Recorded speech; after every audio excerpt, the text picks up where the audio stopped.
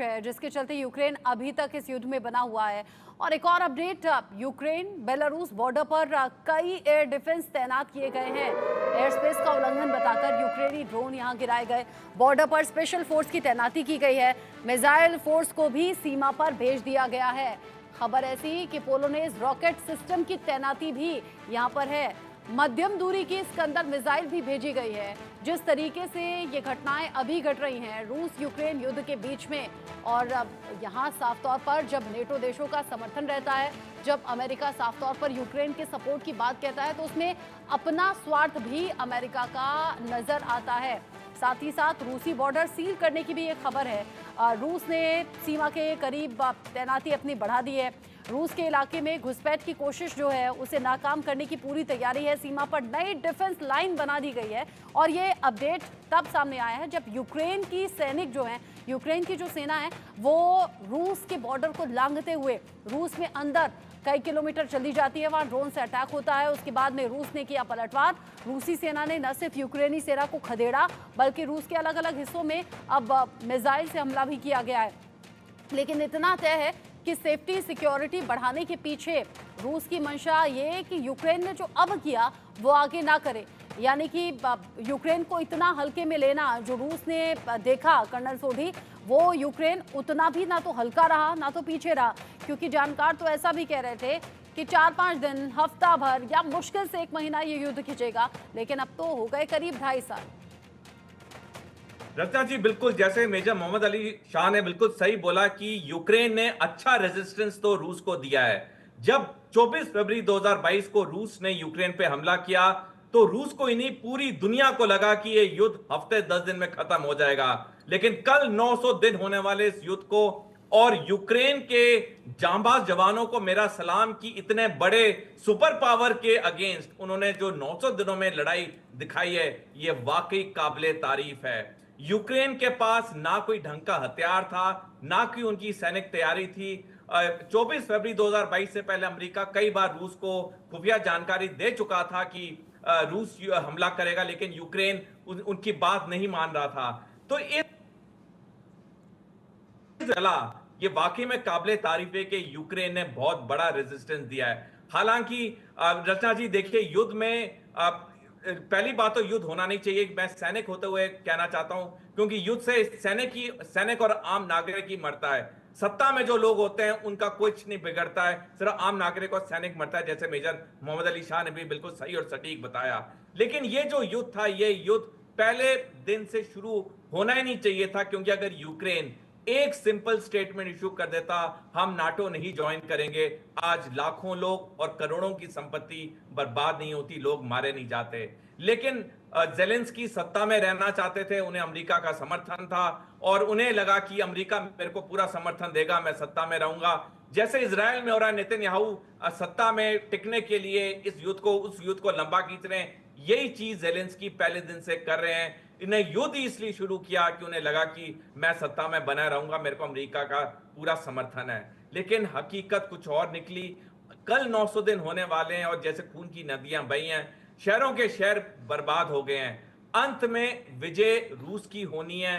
ये कब होगी सिर्फ समय की बात है, अक्टूबर में हो, नवंबर में हो, रूस ने विजय होकर निकलना है। लेकिन जो हजारों लाखों लोग मारे गए हैं, करोड़ों की संपत्ति बर्बाद हुई है, इसका खामियाजा खासकर यूक्रेन को पुश्तों तक भुगतना पड़ेगा। हमने शुरुआती दौर में देखा था मेजर शाह, जब ये युद्ध के हालात छिड़े थे, ज़ेलेंस्की कुछ फोटो शूट्स करवा रहे थे, कुछ बयान जारी कर रहे थे और अब यूक्रेन की गलियों में घूम रहे थे यहाँ वहाँ, तब भी उन्हें बड़ा ट्रोल किया गया था। कहा गया था कि ज़ेलेंस्की अपने आप हीरो बन रहे हैं, लेकिन यूक्रेन के जो आम नागरिक हैं उनकी जान खतरे में डाल रहे हैं। आज तो नौबत ये आ गई है कि सैनिकों की संख्या घटते घटते ना के बराबर रह गई। आम लोगों ने हथियार उठा लिए, इनफैक्ट फीमेल्स ने भी हथियार उठा लिए। और जो आज यूक्रेन के हालात हैं वो ऐसे हैं कि अगर ज़रा भी सपोर्ट पीछे खिंचता है, यानी कि सपोर्ट रुक जाता है, तो यूक्रेन ये जानता भी नहीं कि अगले कदम पर वो करेगा क्या या युद्ध में इसमें टिकेगा कैसे। इसको लेकर मैं आपसे बात करूं, लेकिन एक अपडेट है।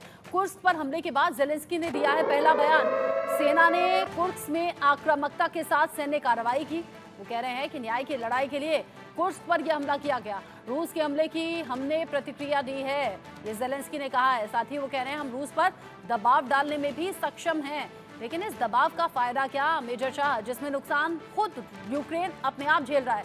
न सिर्फ यूक्रेनी सैनिकों को खदेड़ा है रूस की सीमा से, बल्कि यूक्रेन के अलग अलग हिस्सों में मिसाइल से हमला भी हुआ और साथ ही साथ कुर्स्क में यूक्रेनी सेना लाचार भी दिखी। आसमान से हवाई हमला रोकना मुमकिन नहीं नजर आया। कुर्स्क में यूक्रेन एयर डिफेंस तैनात नहीं कर सकता है। ऐसे में कुर्स्क के एयर स्पेस में फाइटर जेट भी नहीं आ जा सकते हैं। यानी सीमा में दाखिल हो तो गए, लेकिन आगे होना क्या है, करना क्या है, ये भी पूरी तरीके से तय नहीं। वहां भी यूक्रेनी सैनिक लाचार बेबस नजर आए। मेजर शाह, इस युद्ध का भविष्य है क्या? अगर यूक्रेन ये जान रहा है कि हारेगा ही, झुकेगा ही, तो फिर इस लड़ाई को कंटिन्यू रखने का मतलब क्या है? और ज़ेलेंस्की फिर भी कह रहे हैं कि हम तो हर तरीके से सक्षम हैं, हमने जो प्रेशर डालना था डाल दिया।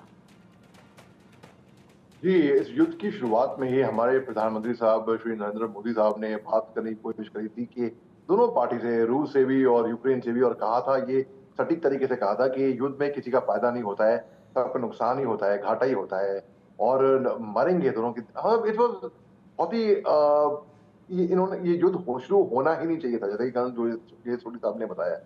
मैं आपको एक एनालॉजी देता हूँ ताकि सबको समझ में आ जाए। ये बड़ी सिंपल सी वाली बात है।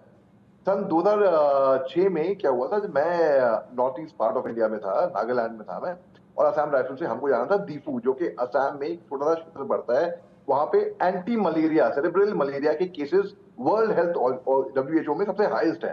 तो पूरी कंपनी को लेकर वहां पे जाना था, एक कॉम्पिटिशन लड़ना था और कुछ, अब मैं फिर से आपको बताया, वहां पे एंटी मलेरिया के वर्ल्ड हेल्थ ऑर्गेनाइजेशन के नंबर 1 केसेस हैं।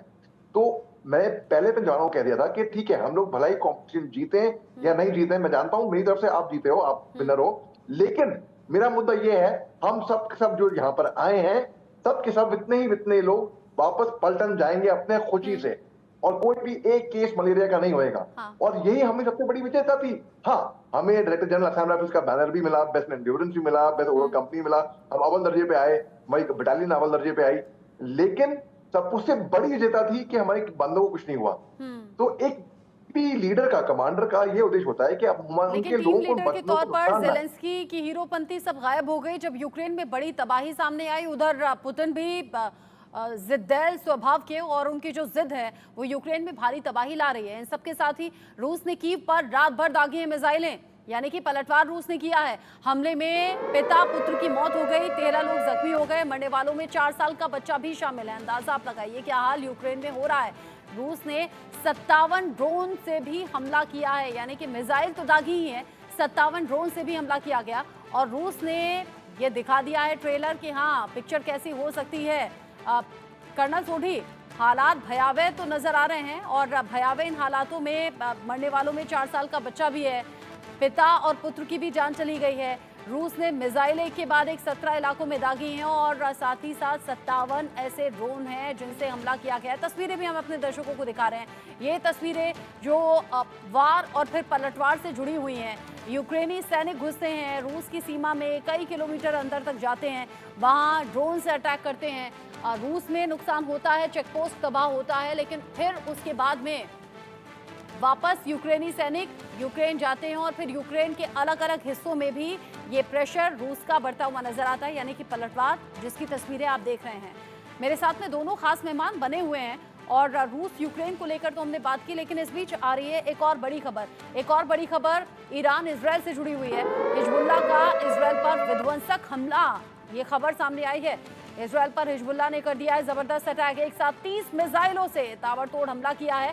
रॉकेट अटैक से इजरायली सैन्य अड्डे को निशाना बनाया है। जैसे कि पहले भी ईरान ने, जैसे पहले भी हिजबुल्लाह ने साफ कहा कि हमला होगा, होकर रहेगा, और ये जबरदस्त होगा। कर्नल सोढी, कल ही हम बात कर रहे थे कि अब जब तब पता नहीं कब यह हमला हो जाए, और हिजबुल्लाह ने कर दी है शुरुआत। बिल्कुल रचना जी, जैसे हम कई दिन से आपके चैनल पे डिस्कस करते हैं, ये हमला तो इजराइल पे होना ही होना है, और ये इस बार 7 तरफों से होगा। जैसे कि 2 अगस्त को इजराइल के रक्षा मंत्री योव गैलांट ने बयान दिया कि अब जो हमला होगा वो 7 फ्रंट वॉर होगी इजराइल पे। और जो अमेरिका के राष्ट्रपति पिछले साल 7 अक्टूबर से कहते हैं कि जितना लंबा ये हमास का युद्ध इजराइल खींचेगा, उतना इजराइल के लिए दिक्कत पैदा होगी। जब से युद्ध पिछले साल शुरू हुआ, तब से 3 लाख इजरायली नागरिक अपना देश छोड़ के चले गए हैं। जो कि एबल बॉडीड मैन थे और सेना में भर्ती हो सकते थे। इजराइल की 5 बिलियन की इकोनॉमी का पूरा बर्बाद हो चुकी है इस युद्ध की वजह से।